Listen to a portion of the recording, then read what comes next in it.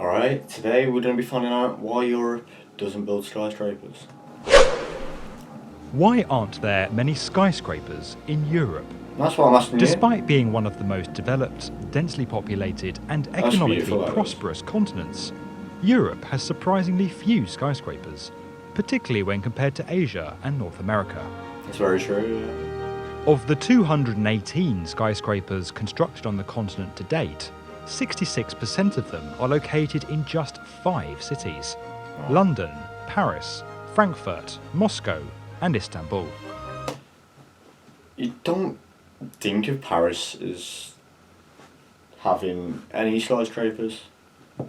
I've seen that photo of Paris before though, and it was apparently that photo was outside of Paris. That's what I've seen on Twitter anyway. And obviously Twitter's very reliable, so I've got no reason not to believe it. So why have other major European cities not embraced the skyscraper?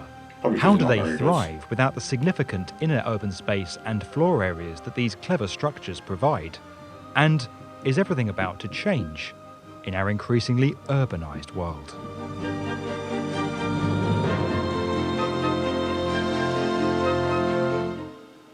When skyscrapers first rose to prominence in the 19th century, first in Chicago and later in New York, many European cities were already firmly established, with grand historic buildings and public spaces that left little room for large new structures.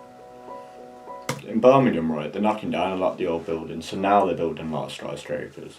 And I'm not really a fan of skyscrapers personally, but Birmingham is becoming very, very, very nice. So I can't really complain. But yeah, skyscrapers are very, very land inefficient. Like Paris is very land efficient, even though it's not a nice place to live. But yeah, Paris is very land efficient. Most of Europe's cities around that time were also more evenly zoned, and were not facing the high demand for floor space in key districts that typically drives high-rise development.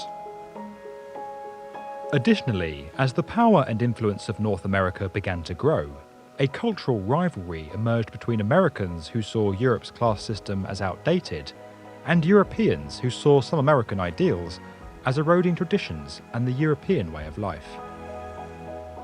As a result, each continent became wary of adopting the other's concepts. While North America aims to become the model for a new age, Europe sought to preserve its heritage. While this explains why skyscraper construction... I want to say that preserving your heritage is very, very, very good.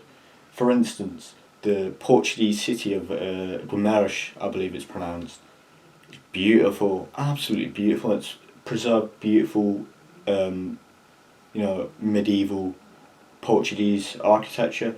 As a UNESCO World Heritage Site now, so they can't change it.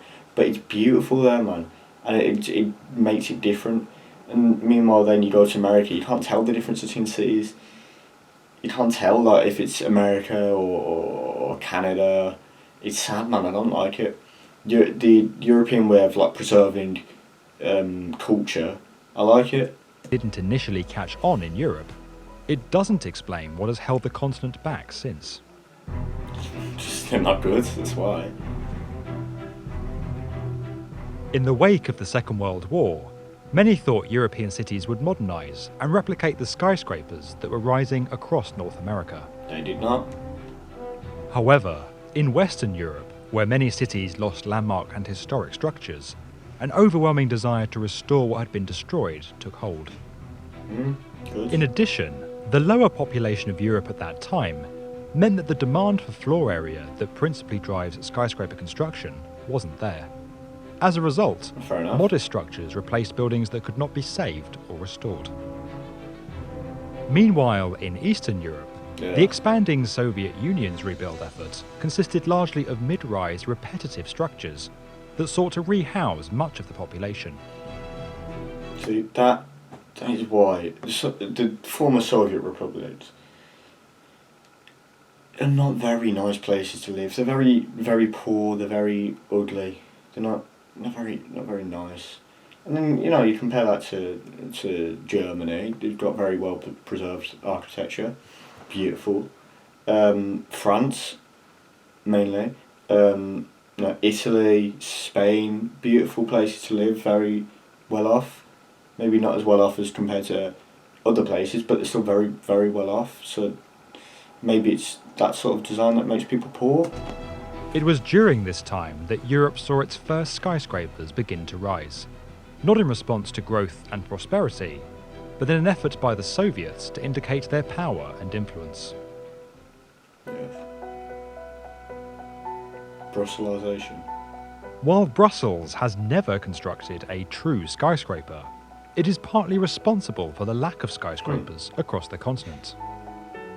So I know why. Without any significant zoning regulations in place, the 1960s saw many buildings in the city demolished to make way for large, modern structures that had little regard for architectural or cultural value. Interesting. Recognising the damage this indiscriminate redevelopment was doing to the city, many prominent figures and architects coined the term Brusselisation and lobbied to introduce new planning laws. These regulations significantly limited the scale of new buildings and required historic facades to be restored and incorporated into new developments, preserving the cultural fabric of the city. Oh, didn't know. I was meant to go to Brussels this week. Unfortunately, I didn't get to. So maybe I would have experienced this and been able to comment on it better. But yeah, unfortunately, I didn't get to visit. I'll visit at some point. In the future, I'll visit at some point. And yeah, we'll see how true is it that Brussels has become very ugly. The row in Brussels led to a general dislike for modern buildings across Europe, with many seeing them as bland or soulless. They are, to be In fair. response, numerous cities adopted similar regulations and set aside controlled districts, like Paris's La Défense, to keep high-rise development away from historic centres. It's quite smart, to be fair. By the start of the 21st century, attitudes around tall buildings were softening across the continent, as architectural trends moved away from box-like structures towards more unique designs, and as the world became increasingly globalised. Yeah. Since the early 2000s, major financial centres like London, Paris, Moscow, Istanbul and Frankfurt have seen several skyscrapers rise, as demand for commercial space in their centres has increased. By contrast, smaller European cities that have been experiencing more modest growth Stockholm was beautiful. have turned their focus to the environment and improving living standards for citizens. Those skyscrapers look In beautiful recent in years, Milan. urban areas in Scandinavia and Central Europe have consistently ranked among the highest in the world for sustainability, happiness and well-being, while maintaining importance within their national economies. It's really nice. However, skyscraper construction in the cities of today is no longer driven purely by economic growth or the need for commercial office space. With 60% of the global human population set to be living in urban areas by 2030, residential skyscrapers are now rising in prominence, particularly across Asia and North America. As many traditional rural-based industries become automated, millions are migrating into cities and major urban areas, driving significant demand for residential space that is often met with high-rise structures. I'm not really a fan of Europe is not immune to this phenomenon, particularly in such a heavily globalised world, and with the continent's desire to keep up with the progress and economic growth of China and the US. As such, Europe could witness a skyscraper boom in the decades ahead. Maybe it will. However, with entire urban centres now being declared historically significant, and with the desire to retain as much culture and architecture as possible rightly holding strong up to the present day, the unique challenge facing future skyscraper construction in Europe is all to do with the past. Wow. There we go. That's why Europe doesn't build skyscrapers. But some of those cities are beautiful. Damn right though that they're preserving architecture. I think we need to give each city its unique feel. You know, I'd love for an expansion of this old school design. Because damn, some of those cities look beautiful, man.